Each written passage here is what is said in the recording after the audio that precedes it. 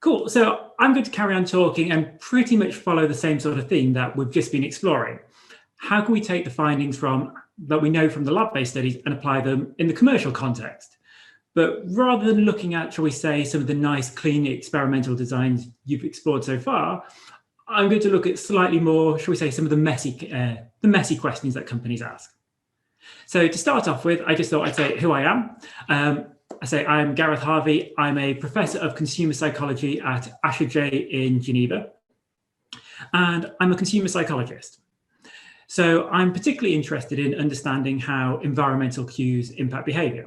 So if you go around a supermarket and you can't find the eggs, the bacon, whatever it is, it's probably my fault or someone like me.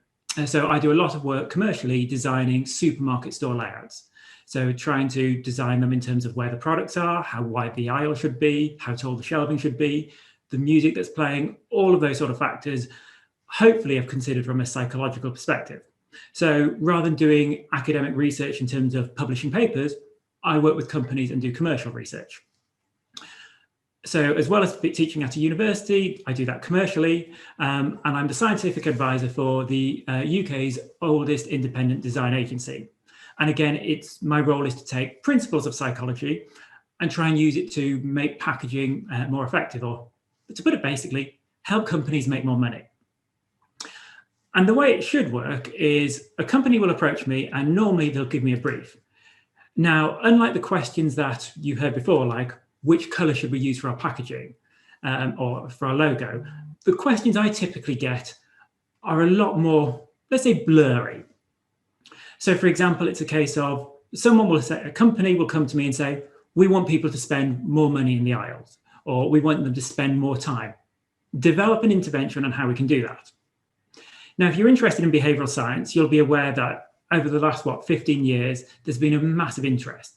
Books such as Predictably Irrational, Nudge, Influence, The Choice Factory, they've all been published and lots of people are really interested by them. But they're pretty much all saying exactly the same sort of factors. So they're all talking about the same interventions. What I've been asked to do by companies is see, how can I find other things from the consumer psychology literature and how can we apply them to develop novel interventions and hopefully give my clients a competitive advantage? So a typical brief I had, which I was working on earlier on a couple of months ago, client was saying, right, we want people to spend more time in the supermarket. So traditional bricks and mortar store. And most people think consumers walk up and down every aisle. Well, we've got lots of tracking data that says that's just not the case.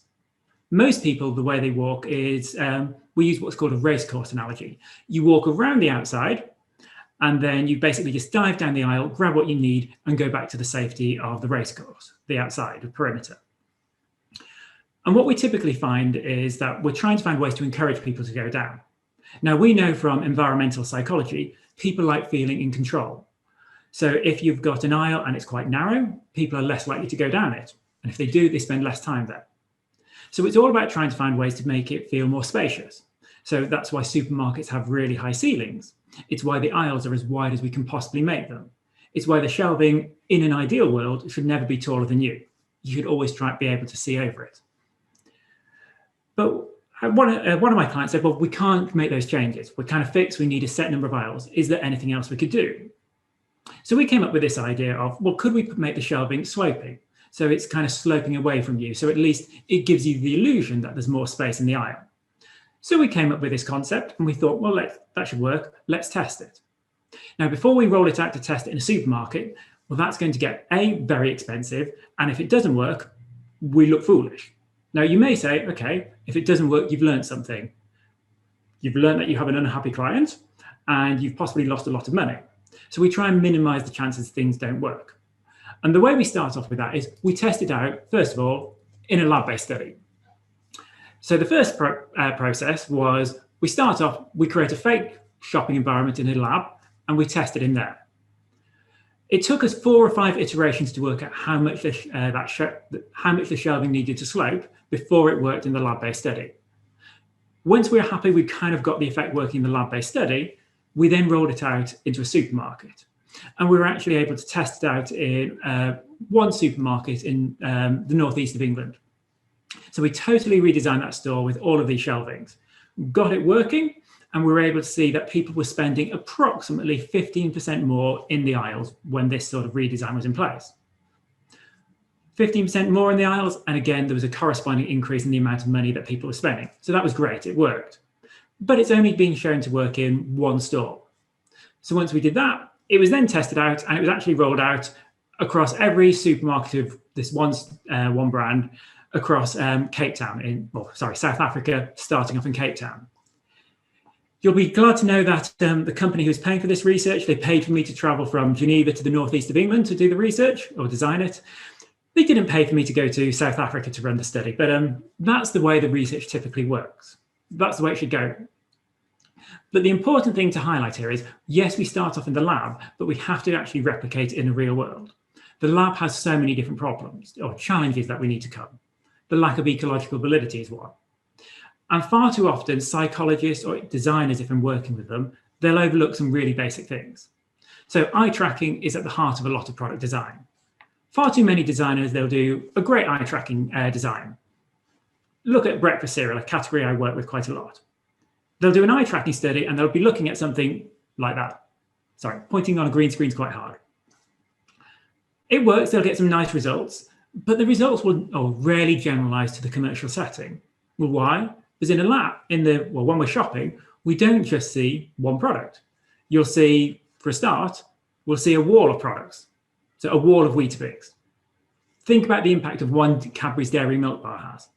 It's kind of minimal, it's not going to impact you. What happens when you see a wall of Cadbury's Purple, lots of dairy milk or twirl bars? Actually, it's going to attract your attention in a very different way. You're not able to see the sides of the packaging. It changes how we perceive them. And most lab-based studies, fairly basic flaw, but they don't consider it. But even if we test them with these walls, it's not enough. People behave very differently in a supermarket because, well, let's be honest, there's a huge amount of noise out there. You've got a wall of all the Weetabix, but you've also got the own brand ones, you've got other cereal competing for your attention, and you've got lots of people walking past. You might be shopping with a child who's screaming, wanting attention. There might be another couple having an argument, and you're trying to pay attention and work out what they're arguing about. You're not paying the same conscious attention to the cereal as if you were in a lab-based setting when a nice researcher says, look at this packaging for a couple of minutes. What grabs your attention, or however they phrase it. When you're shopping, you might only look at the Weetabix for a couple of seconds. So they're really different paradigms. So we need to understand that a lab-based study is a very different beast to how we test things in the field. So as I said, my role is to take these findings and apply them into the commercial setting. And I'm trying to find different things in the psychology literature, so the published research that actually shows things that are a bit different. But what's really interesting is most of the papers that are published don't replicate in the commercial setting. And there's some really simple reasons why. First of all, the settings that they use, or the designs they use really complicated statistics. And yes, they can find an effect, but a lot of the consumer site research, they'll be using structural equation modeling, multiple regressions. So they can show that, say, factor X equals consumer purchasing, but only when they mediate out for personality, age, and income levels. So we do lots of complex stats to mediate all out of those variables. That noise, we get rid of it, and we show a nice effect. Well, when I'm designing an intervention for companies, I can't control for all those sort of variables. They're part of the data I have to work with. So a really simple experimental design that doesn't use those complicated stats have a much better chance of working in the field. Likewise, in lab-based studies, they control for all sorts of noise. It's a really simple environment. So the only studies that are likely to replicate into the commercial sectors are ones with a really large effect size. And this is something that we really need to pay attention to. So don't get too worried about your p-values. The effect size is probably one of the bigger things to focus on. And actually, companies, they may totally ignore the p-value, but they're more concerned about trying to understand what's the sampling error in your research. If we say X had an effect, well, how confident are we in that? So from the business domain, we're going to be looking at it. And some of those things we're just going to be focusing on is trying to work out, well, okay, let's have a look and say, it may work, but can we take it to the commercial environment? First of all, from a feasibility point of view, does it transfer over? Secondly, We could do something if we had enough money. So we need to think about what's financially viable. There are some great things. We can do a lot more on the online environment. So we can segment based on personality, based on how you look. In a bricks and mortar store, we don't have those sort of criteria. So life gets a lot more complicated when we try to replicate some of these factors in that commercial sector. So it's just trying to think very carefully which studies we could go for. But testing in the commercial sector has some really, really interesting complications that we need to be aware of. First of all, we can do a study that is 100% legal. We have ethical approval from a university or your commercial ethics board, but public perception is very different. A couple of years ago, the Daily Mail ran a big campaign talking about secretly filmed while you shop. Some of customers' biggest stores are secretly tracking you.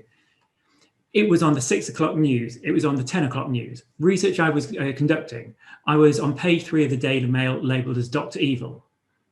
Everything we did was fully GDPR compliant, but the public perception, there's a big uproar about it. Again, there's a lot more attention to certain things about Cambridge Analytica, manipulation. So we need to think very carefully about these sort of things. You need to be comfortable when you do these sort of things, actually, what are the implications? Now, when these sort of headlines came up, commercially, it made a big difference. I had a very interesting meeting with the Vice Chancellor of my university, trying to explain why I was called Dr. Evil by the Daily Mail.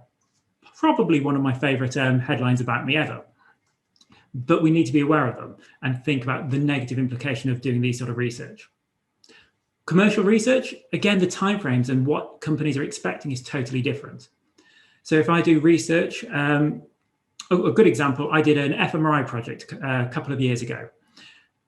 The point where the university gave us ethical approval to run the study, the client who was paying for this expected the full project to be completed.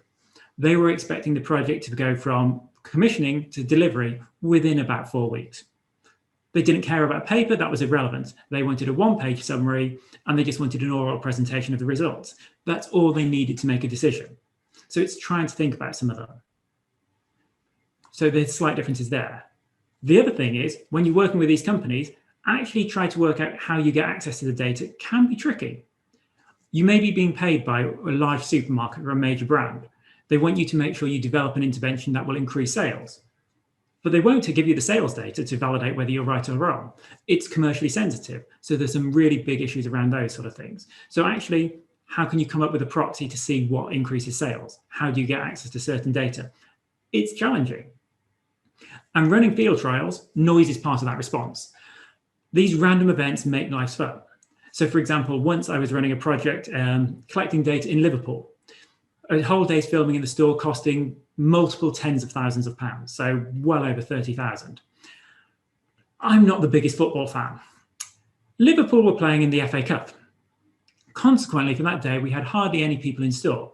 It was a totally different sort of environment, and it made a difference in how people attended. That whole day's worth of filming was wiped out because I failed to check the football schedule. Things like when it's extreme weather, heat or rain, it changes where people go to the store. And you can't just generalize if you're collecting data from a one day. So we need to think more about it. And actually, replication is so key in this commercial research. If you think about how we started off doing the research, I was saying lab-based study, one store in the northeast of England, and then we replicated in South Africa.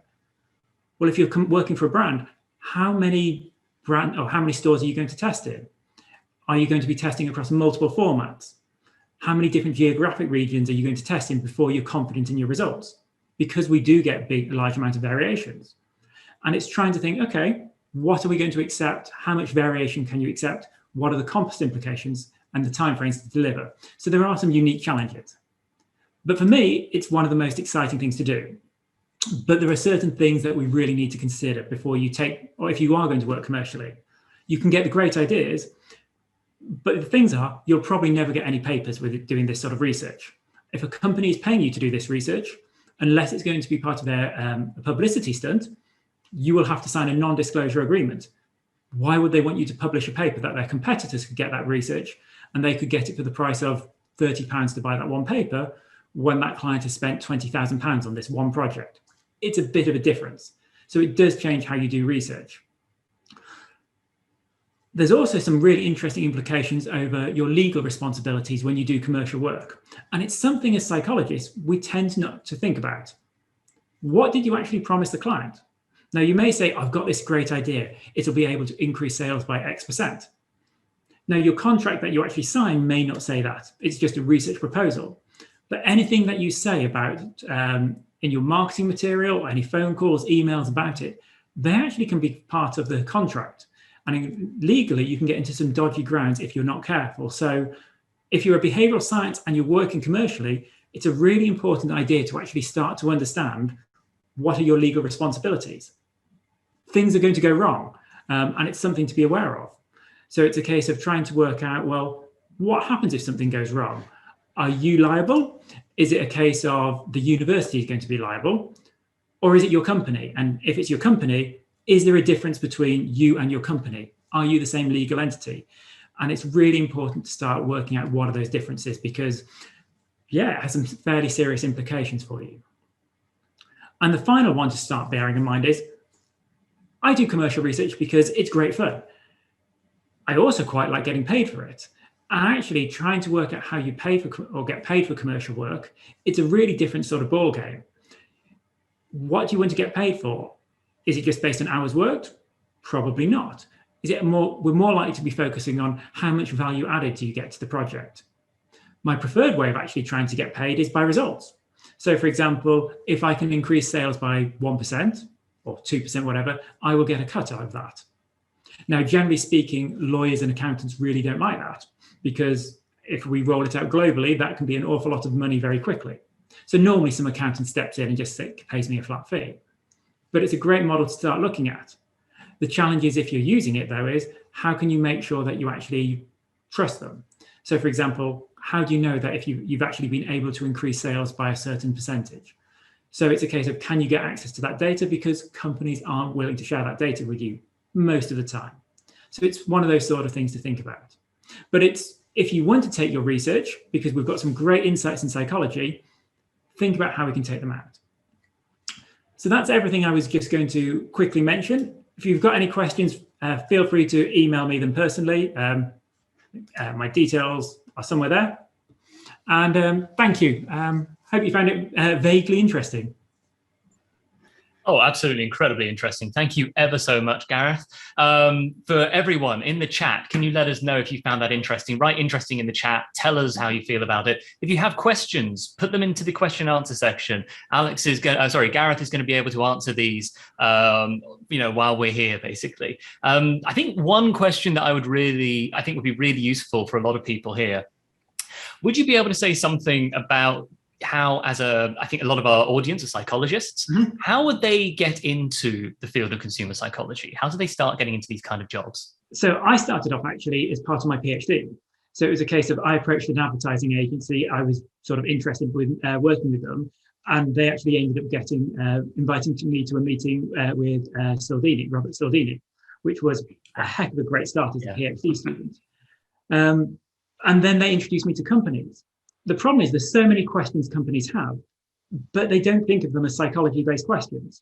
So it's a case of, actually, you've got knowledge. If it's about what grabs someone's attention, that's great for advertising. How do people learn a message? Well, that's memory. Again, it's all in the domain of psychology. But in a business school, they never get taught it. A marketing manager often doesn't think about it.